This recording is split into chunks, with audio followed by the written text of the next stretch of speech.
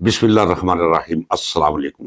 آج بدھ کا دن ہے اور 3 دسمبر ہے۔ صبح کا وقت ہے جبکہ میں یہ ویڈیو کر رہا ہوں۔ میں ہوں خواجہ آصف بٹ اور آپ دیکھ رہے ہیں میرا YouTube channel Asif but official. ناظرین کرام، آج کی ویڈیو کو ذرا غور سے سنیے گا، بہت سنجیدہ موضوع ہے۔ میں اپنی رائے دینے جا رہا ہوں کہ یہ نوٹیفکیشن سوال کیوں بنا اور نوٹیفکیشن وقت پر کیوں نہیں ہوا۔ کیا واقعتاً نواز شریف کی غیرت جاگ چکی ہے؟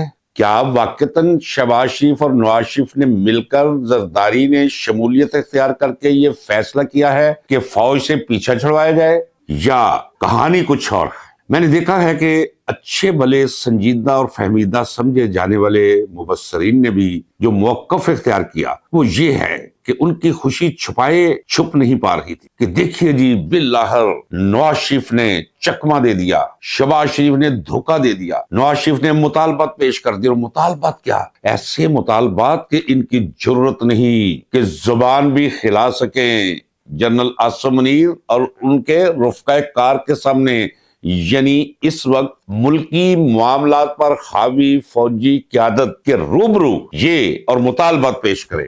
استغفر اللہ۔ یہ بے پر کی اڑانے میں خاصی مہارت رکھتے ہیں، مہارت بھی نہیں کہنا چاہیے، میں تو سمجھتا ہوں کہ ان کا مرغے تخیل پرواز ہی نہیں وہاں تک کر سکتا جہاں تک پہنچ کر اصل خبر لائی جا سکتی۔ ناظرین کرام، نواز شریف، جنرل عاصم منیر، پہلے تو ان کے تعلق کی نوعیت کو پہچانیے اور آپ کو کہانی سمجھ آ جائے گی۔ اگر کوئی یہ مثال دے کہ نہیں جناب ماضی میں ایسے ہوتا رہا ہے کہ سیاست میں تیور بدل جاتے ہیں، حالات بدل جاتے ہیں، وفاداریاں بدل جاتی ہیں، حالات و واقعات بدل جاتے ہیں، بہت بڑی کوئی مثال لا کر دے گا تو یہ دے گا کہ جنرل ضیاء الحق جسے لایا گیا، چیف آف آرمی سٹاف بنایا گیا، اور اسی نے ذوالفقار علی بھٹو جسے وہ اپنا لیڈر کہا کرتا تھا اسے پھانسی پر چڑھا دیا۔ کبھی کبھی چیزیں کسی مقام پر آ کر irrelevant ہو جاتی ہیں۔ آئیے دیکھیے کہ یہاں ریلیونسی کیا بنتی ہے۔ ناظرین کرام، عمران خان کا خوف جتنا فوجی قیادت کو ہے اتنا یا اس سے زائد زرداری، اس کے حواریوں، نواز شریف اور اس کے حواریوں اور پٹواریوں کا ہے۔ یہ سب درد مشترک اور خوف مشترک کا شکار ہے۔ ان سے آپ کیسے توقع کر سکتے ہیں کہ یہ جو نظام تو ٹوٹے گا، یہ تو جائے گا، یہ تو جانے والا ہے، میں آگے چل کے بتاؤں گا جائے گا کیسے۔ یہ ساری چیزیں مل ملا کر ان کے خاتمے کی طرف جا تو رہی ہیں، لیکن اگر آپ کو کوئی یہ کہے کہ نواز شریف کی سیاسی غیرت جاگ پڑی ہے، نواز شریف اینٹی اسٹیبلشمنٹ ہو گیا ہے، نواز شریف نے نوٹیفکیشن جاری کرنے سے اپنے بھائی کو منع کر دیا ہے، نواز شریف نے مطالبہ کر دیا ہے کہ مجھے وزیر اعظم بنایا جائے، میرے نزدیک یہ انتہائی سادہ سوچ ہے۔ حقیقت یہ ہے کہ پورا زور لگا کر، پوری کوشش کر کے یہ عوام کو اپنی طرف راغب نہیں کر پائے، سارے وسائل استعمال کر کے دیکھ لیے۔ فوج کو جو کچھ انہوں نے کہا فوج نے وہی کچھ کیا۔ ابھی کل تک یہ سو کالڈ ضمنی انتخابات، اس میں آپ کا کیا خیال ہے کہ یہ نواز شریف کے کہنے پر، شہباز شریف کے کہنے پر کی پی کے اندر انہوں نے نتیجہ بدلا؟ نہیں، میں پہلے بھی کہہ چکا ہوں کہ فوج کے کہنے پر۔ تو پھر آپ یا کوئی اور اگر یہ سوچے کہ نواز شریف اور عاصم منیر کے اندر کوئی متنازع معاملات کھڑے ہو گئے ہیں تو اس کی کوئی وجہ مجھے دکھائی اور سجھائی نہیں دیتی۔ سوچا انہوں نے یہ ہے کہ اب نواز شریف کو سیاست میں لایا جائے، چونکہ شہباز شریف مذاق بن کر رہ گیا ہے۔ ان کا ذاتی خیال یہ ہے کہ مریم نواز سے کام نہیں بن پا رہا۔ مجھے اطلاعات ہیں کہ یہ ٹک ٹاک منصوبے، یہ اخبارات اور ٹی وی اسکرینز پر اشتہارات، بجائے اس کے کہ ان کی کوئی مقبولیت بڑھتی عوام کے درمیان یا روبرو، بلکہ جو غربت اور مہنگائی کی حالت ہے اس کی بنا پر بھی اور سیاسی بنا پر بھی عوام نے اس کا بہت برا بنایا ہے۔ یہ ساری کی ساری رپورٹس اکٹھی ہوتی ہے ناظرین کرام، جو بالآخر ایم آئی اور آئی ایس آئی کے فائنل ڈیسک پر پہنچتی ہیں، جن پر بیٹھ کر یہ سارے لوگ غور و فکر کرتے ہیں اور کسی نتیجے پر پہنچتے ہیں۔ سیاست کو ہمیشہ میں کہتا چلا رہا ہوں کہ یہ شطرنج کی بساط ہوتی ہے، یہ کوئی نیک آسمانی عمل نہیں، نہ ہی یہ شیوہ پیغمبری ہے اور نہ ہی سیاست عبادت ہے، یہ سازش ہے، کوتلیا چانکیا ازم ہے، جہاں مات اور شہمات کی طرف توجہ دی جاتی ہے۔ اس میں کوئی اخلاق، کوئی دین، کوئی مذہب، کچھ بھی آڑے نہیں آتا. لہذا میرے نزدیک یہ جو کچھ بھی ہو رہا ہے یہ سوچ سمجھ کر یہ کر رہے ہیں. مثلا نوٹیفیکیشن ہو جانا چاہیے تھا. میں کہتا چلا رہا ہوں کہ کیا جو یہ نوٹیفیکیشن سے انکار کریں، یہ اور انکار ناظرین اکرام اس کے امکانات میرے نزدیک -1% بھی نہیں. یہ فوج کے خلاف سینہ تان کر کھڑے ہو جائیں، اس کے امکانات میرے نزدیک نہیں. یہ میں کیمرے کے سامنے بیٹھ کر کہہ رہا ہوں اور یہ ریکارڈ ہو گئی ہے میری بات. یہ ناممکنات میں سے ہے کہ نواز شریف، شہباز شریف اور ان کے حواری پٹواری یہ فوج کے ساتھ متھا لگے. نہیں، ان کی جان، ان کا مال اسی وقت تک محفوظ ہے. یہ اچھی طرح سمجھتے ہیں جب تک فوج کی چھتری ان کے سر کے اوپر ہے اور فوج کے سربراہ مصروف عاصم منیر ہیں. دیکھیے کیا سادگی ہے. اگرچہ اس پارلیمنٹ کو میں سرے سے جائز پارلیمنٹ نہیں سمجھتا، نہ یہ ہے نہ جائز، ووٹ چور پارلیمنٹ ہے. اصل لوگ باہر بیٹھے ہوئے اور ہارے ہوئے لوگ اس وقت پارلیمنٹ کا حصہ ہے. اگر کچھ چور ڈاکو لٹیرے بیٹھ کر کہیں کہ ہم نے ملک کے قانون کو بدل دیا ہے یا ملک کے کسی ادارے کا قانون ہم نے بدل دیا ہے، تو ناظرین اکرام کیا یہ جائز فعل ہو سکتا ہے؟ جس طرح وہ جائز فعل نہیں، یہ بھی جائز فعل نہیں. جو بھی انہوں نے کیا ہے، یعنی 26ویں آئینی ترمیم، ان کا کوئی استحقاق نہیں تھا. یہ تو بات کا معاملہ ہے کہ 26ویں آئینی ترمیم عوام کے حق میں ہے، اس کے خلاف ہے، ملک کے حق میں ہے، اس کے خلاف ہے، قانون اور آئین کی بالادستی کے لیے ہے، یا قانون اور آئین کی پامالی اسے عمل میں آتی ہے. یہ کویسچنز بعد کے ہیں. پہلا کویسچن یہ ہے کہ کیا انہیں کوئی استحقاق پہنچتا ہے ان آئینی ترامیم کا؟ اور پھر آرمی ایکٹ میں آپ جانتے ہیں نومبر 2024 میں آرمی ایکٹ میں تبدیلی کر دیا. ایسے 1 2 3 کر کے پتہ ہی نہیں چلا کسی کو. اور کیا کیا؟ 3 سال مدت عہدہ تھی آرمی ایکٹ میں، انہوں نے 3 سے 5 سال کر دی. اور اگر وہ 5 سال فرض کر لیں کہ طاقت کا بھی ایک اپنا قانون ہوتا ہے نا، فرض کر لیں کہ ہم اسے جائز نہیں کہتے لیکن یہ تسلیم کرنا پڑے گا کہ اس وقت حاوی ہے.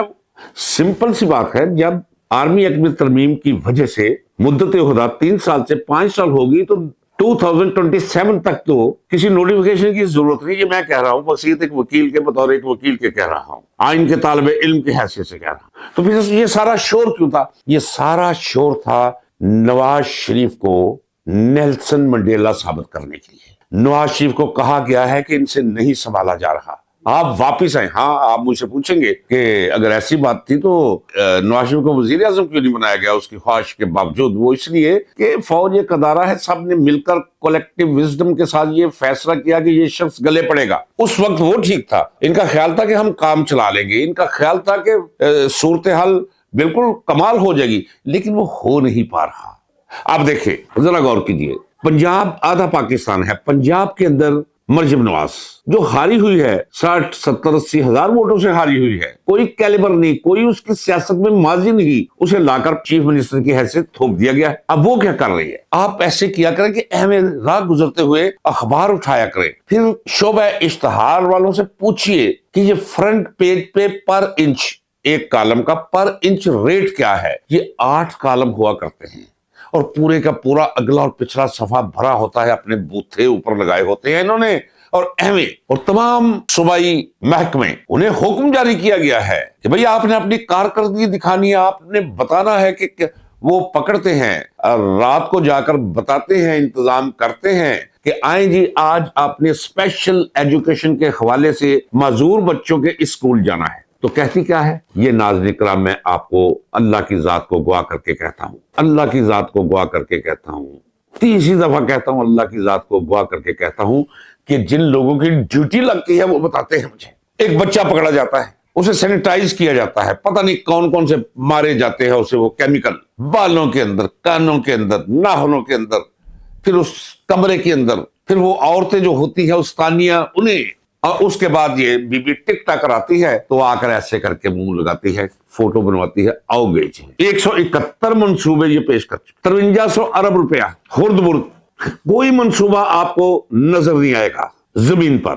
مثلا میں مثال دے دیتا ہوں، وہ چلتے پھرتے ہسپتال، وہ کنٹینر لیے 8-10، وہ پیچھے لگائے، ان میں ڈاکٹر بٹھائے، ان میں سلنڈر لگائے وہ آکسیجن والے، اور جناب یہ نکل گئی. یہ شادمان مارکیٹ کی بیک سائڈ پہ ایک جھگی نما کوئی بستی ہے، اس جھگی نما بستی کو پہلے جو ہے اس میں پتہ نہیں کون کون سے کیمیکل مارے گئی اور جا کے بیٹھی، جا کے عورت کو دیکھا، یہ دوائیاں آپ کے میں دہلیز پر لے کر آئی ہوں، اور اب بالکل آپ فون کریں گے آپ کی دہلیز پر ڈاکٹر سمیت یہ کنٹینر پہنچے ہوگے چلتے پھرتے۔ ہسپتال کدھر گئے؟ ہسپتال میں نے دیکھے ہیں، میں نے کہا کہ مجھے دکھاؤ، وہاں مجھے لے گئے جہاں وہ بالکل پڑے ہوئے ہیں جس طرح یہ پرانی جیپیں فرسٹ ورلڈ وار اور سیکنڈ ورلڈ وار کی جیپیں پڑی ہوتی ہے زنگلود، اس طرح وہ کنٹینرز پڑے ہوئے ہیں۔ ناظرین کرام یہ ہے۔ اچھا، اور لاہور کے اندر سب کو انہوں نے کہا لاؤ جی لگا دو پیسے، سارا دن لوگوں کو دکھاتے ہیں کہ ہم لاہور صاف کروا رہے ہیں، کہ شاید اس طرح لوگ واپس رجوع کر لیں، ان کی طرف لگی ہوئی ہے، وہ اس کام لگی ہوئی ہے کہ شاید لوگ واپس آ جائیں۔ ان کا خیال یہ ہے کہ اور کچھ نہیں تو ہم اپنی کانسٹیچوئنسیز میں اس قابل تو رہ جائیں کہ ہمارے خاندان کے لوگوں کی ضمانتیں ضبط نہ ہوں۔ کھربوں روپیہ لے کر تقسیم کیا جا رہا ہے۔ اب کیا کیا اگر گننا شروع کر دوں گا تو اس پہ 10 منٹ لگ جائیں گے ولاگ، میں کیا کروں گا۔ ناظرین کرام آپ کو مجھ سے زیادہ علم ہے، باشعور ہیں آپ۔ یہ ادھر لگی ہوئی ہے پنجاب کے اندر، اور باپ لگا ہوا ہے اپنی ساکھ کھوئی ہوئی۔ وہ جو زندہ لاش میں کہتا ہوں، لوگ پتہ نہیں کیا کیا کہتے ہیں۔ وہ ٹھیک کہا تھا وہ ایک بچی نے، جب اسے پوچھا گیا جی نواز شریف سنا ہے سیاست میں آگے، اس نے کہا جس طرح سردی آنے سے پہلے پیٹیوں سے رضائیاں نکال کر انہیں دھوپ لگائی جاتی ہے، سال میں ایک دفعہ سے دھوپ لگاتے ہیں۔ اور پھر میں نے یہ بھی دیکھا کہ جب وہ ہارے ہوئے لوگ، عوام کے ریجیکٹڈ اینڈ ڈیجیکٹڈ لوگ ضمنی انتخابات میں جنہیں کامیاب انہوں نے قرار دلوایا، وہ بیٹھے ہوئے ہیں اور گفتگو کر رہے ہیں اور رحم آ رہا تھا، ترس آ رہا تھا، اور میں کہہ رہا تھا یا میرے پروردگار اس انجام سے مجھے بچانا، اس انجام سے مجھے بچانا جو حال ہے اس کا، نہ گفتگو میں ربط، نہ یاد داشت ساتھ رہی، نہ چہرے پہ کوئی رونق اور رمق۔ لیکن انہیں کہا گیا ہے کہ آئے جی مل کر یہ ڈرامہ کرتے ہیں، صرف یہ ہے کہ نوٹیفیکیشن ذرا ہوگا، اس میں تاخیر ہوگی، یہ بڑھاس بھی نکال لیں گے، یہ بغلے بھی خوشیوں سے بجا لیں گے، اور پھر بعد میں ہم کریں گے وہی، نواز شریف کو تھوڑی سی سپیس دے دیں گے کہ نواز شریف کے جناب یہ مطالبات مان لیے گئے ہیں 5 7 10، اور یہ ایک تاثر بن جائے گا کہ نہیں جی نواز شریف ویسے خاموش ہے لیکن ہے مظلوم، اس کے اندر آج بھی اسٹیبلشمنٹ کے خلاف پورے جراثیم متحرک ہیں، اس کے اندر ایسی کوئی بات نہیں۔ ناظرین کرام اس کی سیاست کا آغاز پاکستان کی تاریخ کے بدترین آمر کی گود سے ہوا۔ پہلی دفعہ جب اس نے آنکھ کھولی سیاسی طور پر تو اس کی گود تھی، اور جب دم آخر آیا ہے سیاسی حوالے سے تو آج جنرل عاصم منیر کی گود ہے۔ اجازت دیجیے ناظرین کرام، ملتے ہیں اگلے ولاگ میں۔ اللہ حافظ۔ پاکستان پائندہ باد۔